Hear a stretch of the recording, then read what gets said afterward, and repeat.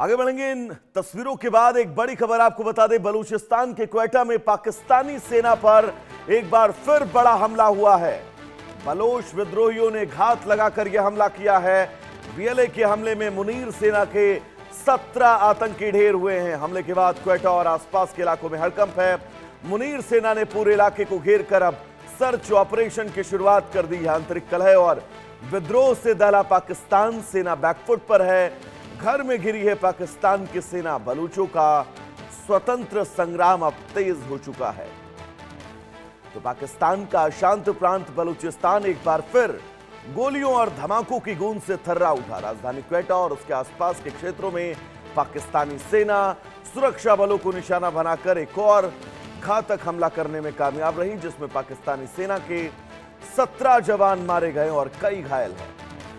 आपको बता दें, बीएलए और स्थानीय विद्रोही गुटों ने घात लगाकर पाकिस्तानी सैन्य काफिले को अपना निशाना बनाया। इलाके में भीषण मुठभेड़ की स्थिति है। पाकिस्तान की सेना, जो हमेशा सीमा पार भारत में नापाक हरकतें रचने की साजिशों में जुटी रहती है, आज अपनी ही सरजमी पर गिरी है। हमारे साथ ग्रुप कैप्टन यूके देवनाथ जी जुड़े हुए हैं। बहुत स्वागत है आपका सर इंडिया न्यूज पर।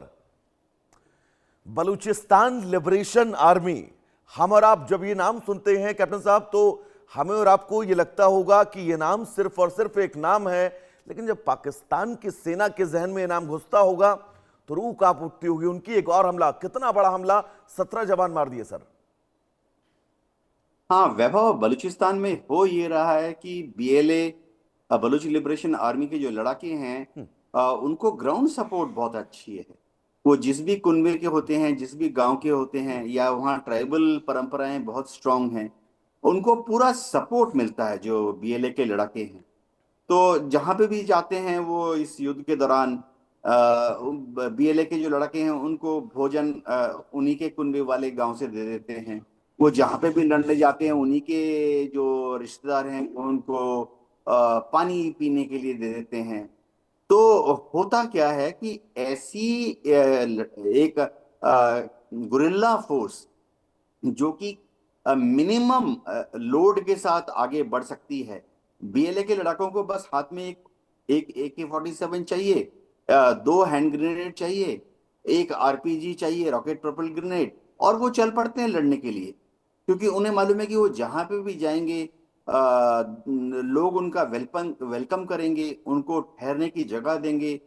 सबसे बड़ी बात है कि लोकल लोग ही उनको इंटेलिजेंस देते हैं। तो अगर पाकिस्तान की फौज या रेंजर्स या वहाँ जो बॉर्डर सिक्योरिटी फोर्स है या वहाँ की जो बॉर्डर कॉन्स्टेबलरी है, उनकी मूवमेंट होती है, तो जो लोग हैं, आम गांव के लोग, वो बीएलए के लड़ाकों को बता देते हैं कि पाकिस्तान की आर्मी इस रास्ते से आ रही है।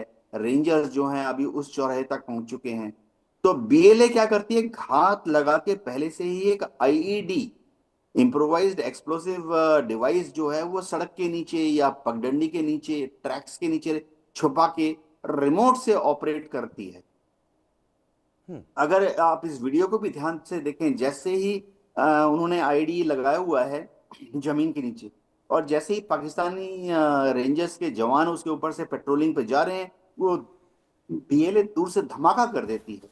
जी दिलवा साहब, ये तो तय है कि पाकिस्तान की सेना में, मुनीर की सेना में जब तैनाती और पोस्टिंग की बारी आती होगी तो मुनीर की सेना बलूचिस्तान का नाम सुनकर अब कांप जा रही होगी और वहां जाने से भी कतरा रही होगी, क्योंकि ये मोर्चा कहां पर क्या कुछ स्थितियां हैं, कहां पर हमला हो जाए, मिसाइल आ जाए, रॉकेट आ जाए, गोलीबारी हो जाए, कुछ भरोसा नहीं है